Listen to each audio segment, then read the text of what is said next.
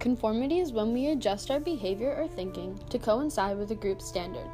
This is most likely to happen when we are in a group of at least 3 people, know that others in the group observe our behavior, are from a culture that strongly encourages respect for social standards, or admire the group's status. Normative social influence results from a person's desire for approval or to avoid disapproval. Informational social influence results from one's willingness to accept others' opinions about reality. Obedience is when one acts in response to an order or command, often given by someone who is regarded as an authority figure. A key trait of obedience is that it is assumed that an individual would not perform the task if the order was not given. Stanley Milgram was the main psychologist to focus an experiment on the conflict between obedience to authority and personal conscience. The purpose of his study was to find out how far a person would go while obeying orders if they were aware they were hurting another person. The participant of the study was instructed to play the role of a teacher, asking questions, and required to initiate a shock to whom they believed was another participant playing the role of a student when they answered a question incorrectly. They were in a room with an experimenter who was seen as an authority figure. What Milgram found was that it was ingrained in humans to follow orders no matter what the consequences for others are. Another key experiment that studied the conformity and obedience of humans was the Stanford Prison Experiment, conducted by Zimbardo, that tested how easily normal men would conform to a randomly assigned role of either a guard or a prisoner. Those that were assigned the role of a guard were required to do whatever necessary to maintain law and order within the stimulated prison. Within hours, both guards and prisoners fell into their assigned role, creating a brutal and aggressive environment. What Zimbardo proposed was that de-individualization may have explained the behavior of the participants, in particular the guards. They were immersed in the norms of the group, and with doing so, lost a sense of personal responsibility. Adolf Hitler's strategy for manipulating millions of people began with the inspiration from a French social psychologist named Gustave Le Bon. Le Bon studied the behaviors of crowds and the development of history through emotion. In his famous book, he argues that the conscience of the individual is submerged when placed in a crowd. Hitler used this to his advantage when he started to control people through his speeches. From the beginning, his speeches were structured in a way that he was first pointing out the commonality of the people gathered in the crowd so that they could feel organized. He would then identify the threat to that commonality to create a feeling of unity within the group. Finally, he would invoke a higher power of stopping any potential threat and appoint himself as the leader of this power. His advice to other party officials was to take advantage of the evening when people are tired, their power resistances are low, and their complete emotional capitulation is easy to achieve. Nazis used labels of ideas, events, groups, and individuals as one of their central sources of power.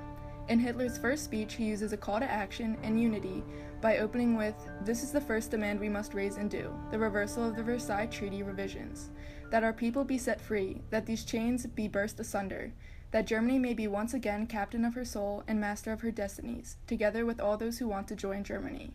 These calls for action and threat-laced speeches caused fear and immediate reaction. Informational social influence plays a role in Hitler's speeches because when the information was limited, they had no other choice than to trust the expert. Because of this, the Germans were completely subservient to authority and looked at the government as father figures that could be relied on to look after them. Propaganda was first introduced when Hitler began to get rid of the Jewish population and gain power.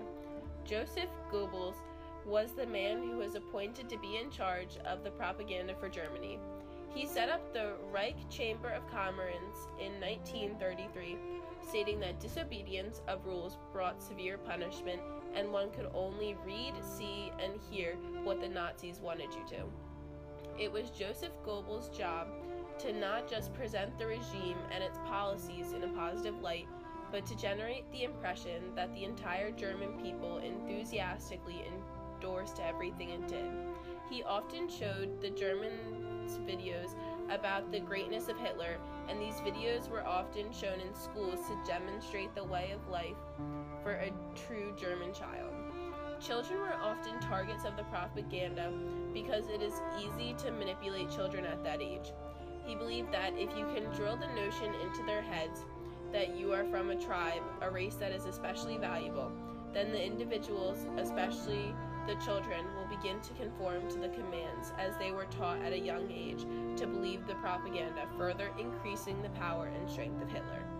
Early on, Hitler began to change the lesson of the schools, causing the German children to disregard the Jews altogether. But he then removed them from the school system and created schools that were solely for the German children.